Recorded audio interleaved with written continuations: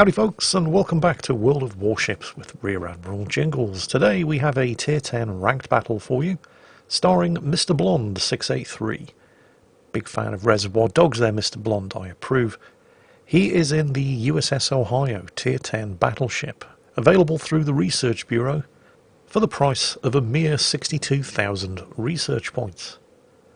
What makes the USS Ohio special is her guns. She's armed with only 8, but they are 18-inch or 457mm guns. They also have a very, very quick reload for such high caliber guns to partially offset the relatively low number of guns and thus the relatively low throw weight of her main battery broadside. The other interesting thing about the Ohio is her repair party, unlike, for example, the USS Montana's repair party, which heals back 0.66% of the ship's health pool per second. The Ohio's only heals back 0.5% of the ship's health pool per second. But this is compensated for by the ridiculously short 40-second cooldown on the Ohio's repair party. The large caliber of the Ohio's main battery guns means that she can overmatch the 30mm of plating that is typically found on the midsection of most, but not all, Tier 10 cruisers, and this is complemented by the impressive accuracy of the Ohio's guns, again to compensate for the relative lack of number of gun barrels. None of this, however, are the reasons why we're watching Mr. Blonde in this Tier 10 ranked battle here on the Northern Lights map. The reason we're watching this battle is because of the impressive, even by World of Warships standards, amount of stupid going on in this game, beginning with, though by no means ending with, the friendly Moskva who just blew his first charge of radar when he's still 20 kilometers at least away from anything. Oh wait, no, did I speak too soon? He does appear to have actually managed to radar an enemy Petropavlovsk, although the enemy Petropavlovsk does have several million tons of rock between him and anybody who could possibly take advantage of the fact that he was just spotted. So, yeah, all things considered, I'm going to stick with my original hypothesis. That was an incredibly dumb use of radar. It's possible he didn't do it on purpose. He might have just had a serious case of fat fingers. God knows I've done it myself. Meant to press the engine boost in a destroyer at the start of the battle and accidentally triggered the smoke screen. We've all done it. Let's give him the benefit of the doubt for now. And before we really get down to the meat and bones of the action in this video, I feel it's worth pointing out, because there is so much stupid on display in this particular battle, that just because you see somebody doing something stupid, it doesn't mean they're a stupid person. For example, I live with somebody who I consider to be very intelligent, but just over a year ago she bought some pills that were supposed to improve short-term memory, and then she forgot to take them. For 6 months. And I myself can clearly recall one occasion in particular, and this was way back in the day when people actually posted letters to each other at the post office. Before going to the post office, I stopped off at a newsagent and bought a magazine.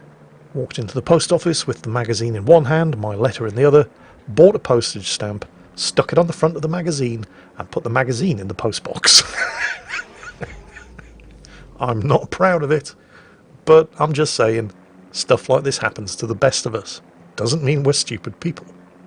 If right now you're having a good laugh at my expense, then good, because I deserve it. In the same way that when you see people who are probably very intelligent doing dumb shit in World of Warships, you absolutely should laugh at them too. And trust me, there's going to be plenty of opportunity for that in today's video. Now, down in the direction of Cap Circle Bravo, I don't know for a fact that there's anything particularly stupid going on, but the fact that the Smolensk is sitting stationary and is about to be torpedoed and sunk by a Harugamo probably indicates that he's sitting inside a smokescreen, there he goes, and wasn't using his hydroacoustic surge consumable. So on a scale of 1 to stupid, that probably rates as 7. As does the Petropavlovsk, who clearly knew that Mr. Blonde was coming because he's the one radaring him, sitting stationary broadside on in front of a battleship armed with a whole bunch of 18-inch guns. Of course, because he's in a Petropavlovsk and his citadel is actually stored in an alternate dimension, he only takes the 1 citadel hit, which is probably 3 less than he actually deserved. It's possible, of course, that he was lurking around the island like that in order to get his torpedoes away. Jingles? Petropavlovsk doesn't have torpedoes. Yeah, we know that. But does the Petropavlovsk? It doesn't pay to take this sort of thing for granted, you know.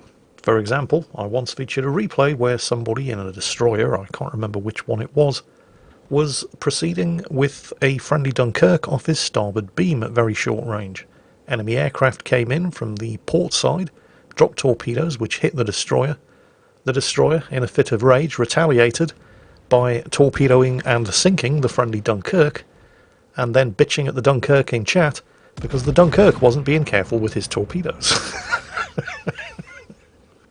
But Jingles, the Dunkirk's a battleship, it doesn't have torpedoes. And the torpedoes that hit the destroyer came from the opposite side to the Dunkirk. Yeah, I know that. But clearly the destroyer captain didn't. These things happen. Doesn't pay to take things for granted.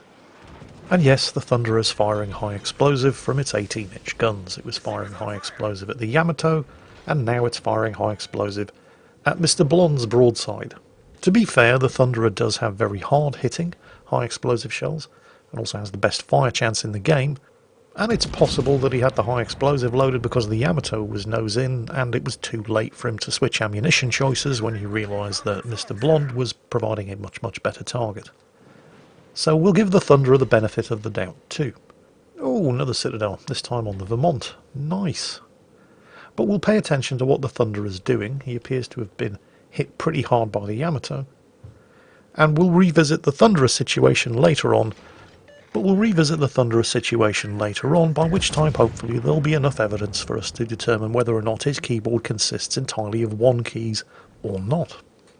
For the benefit of any World of Tanks players who are slumming it in a World of Warships video who are wondering what all the fuss is about, there's no magic ammunition in World of Warships. Pressing 2 simply, usually, loads your armour piercing rather than your high explosive ammunition.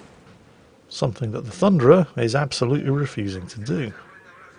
As Mr. Blonde lines up for another shot at, I don't know if it's the same Petropavlovsk, it might be. And sadly, of course, because the Petropavlovsk Citadel is stored in an alternate dimension, no Citadel hits this time. Now, if you're paying attention to the map, you've probably noticed that Mr. Blonde is getting quite far out on the flank here, so he definitely needs to take care of, well, both of those Petropavlovsks. Otherwise he could find himself in quite a vulnerable position, but thanks to the pretty quick reload of these 18-inch guns, he doesn't have to wait too long to take another roll of the dice, and this time he rolls a natural 20. Scratch one Petropavlovsk, one down, one to go. Now the question is, after seeing what just happened to his comrade, is the other Petropavlovsk going to take the hint? To be completely fair to him, he's kind of screwed no matter what he does, because he's got an Ohio waiting to deliver 18 inches of good news from this side of the island, and there's a friendly Petropavlovsk, Conqueror and Moskva waiting to give him the good news on that side of the island, and it appears that he would far rather face 3 enemy ships than take another dose of 18-inch instant sunshine, and oh look, more fires. That will be the Thunderer again. So Mr. Blonde, reasoning quite logically that the Petropavlovsk is now not his problem, because there's a Vermont and a Yamato closing in. The Thunderer, by the way, is still attempting to make it to the Two Brothers map via the north exit, and is still spamming high explosive. Shots out at the Stalingrad, correctly judging, as his secondary set a fire on the Vermont, that the Stalingrad was about to engage the engines and move forward. And he scores a couple of hits, and it's more damage, but sadly, no Citadels. However, if it's Citadels that you're waiting for, you're not going to have to wait very long. The Vermont, who presumably didn't want to give broadside to the 18-inch guns of the Yamato that was in front of him, is entirely happy to give broadside to the 18-inch guns of the Ohio, sitting just a couple of kilometres off his port beam. And remember, that was a Vermont. It's one of the slowest ships in the game. Do you know how hard that guy had to work to get himself into a position where Mr. Blonde was able to do that to him? But if you thought that was good, and it was pretty good, you ain't seen nothing yet. Watch this Yamato. Note where Mr. Blonde is aiming. Right underneath the front turrets. Because that's where the Yamato's Citadel is. Well, the Yamato's Citadel is bigger than just the area underneath the front turrets. But that's the part that is easiest to penetrate, particularly when the Yamato tries to do something clever, like angle in at 45 degrees, because that means that the cheek armour underneath those turrets is 100% flat. But the Yamato isn't even doing that. Look at this. Yep, that was 70,000 damage in a single salvo. But that's not the best part, as the Thunderer continues to fire high explosive at the flat broadside of Mr. Blonde's Ohio. Pay attention to chat. There it is. For the benefit of anybody who's perhaps watching this on a mobile device with a small screen, I'm just going to blow up battle chat, so that you don't have to miss any of the comedy gold coming from this extremely confused Yamato player. Right now he's complaining that there was no way he could possibly have been citadeled at that angle. It wasn't a flat broadside. Let's just examine the evidence, shall we? Here we can see a screenshot taken a fraction of a second after Mr. Blonde fired. Looks like a broadside to me. Mr. Blonde not unreasonably points out that if you just eat 5 citadels in a single salvo, the evidence would indicate that you're probably given a little bit more broadside than you possibly thought you were. But the Yamato isn't having any of it. No way without a hack, he says. Oh yes, that would be the famous World of Warships Citadel hack that's floating around on the dark web. Except I just totally made that up. I pulled it right out of my arse. But that's okay, it's at least consistent, because that's exactly where the Yamato's argument is coming from as well. Well, not my arse. His arse. I don't do sharing.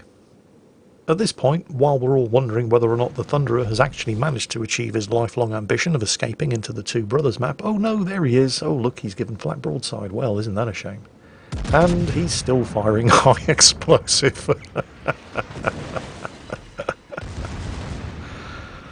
While we're all being distracted by the big explosions, again, pay attention to chat. The Yamato is now talking so much shit that even his own teammates feel compelled to step in and bring some semblance of sanity to the conversation, pointing out that unless you want to break into a data center in St. Petersburg, there's no way you're hacking citadels in World of Warships.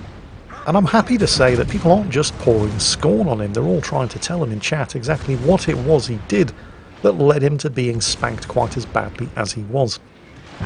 And while I do salute them for their efforts to attempt to bring some form of sanity to the conversation, I can't help but feel that they're completely wasting their time on somebody who's sailing around in a Tier 10 Japanese battleship and still thinks that the reason he's constantly getting citadeled is because somebody's breaking into a data center in St. Petersburg in order to install hacks. Mr. Blonde, nicely done. 4 of 7 enemy ships killed, 315,000 damage is pretty impressive in a ranked battle when there were only 7 ships on the enemy team to begin with. Although, let's be honest here, if it wasn't for the efforts of the Yamato and the Vermont, well, it would have still been pretty impressive because you would have done more than 200,000 damage. Nevertheless, while I do certainly salute your results, I feel you do owe my viewers an apology for the permanent and irretrievable loss of any brain cells that may have occurred as a result of watching your opponents in this battle. That's right, folks. Send your complaints to Mr. Blonde, not me. I just work here. But I do hope you enjoyed today's video as much as I enjoyed making it. And as always, take care, stay safe, and I'll catch you next time.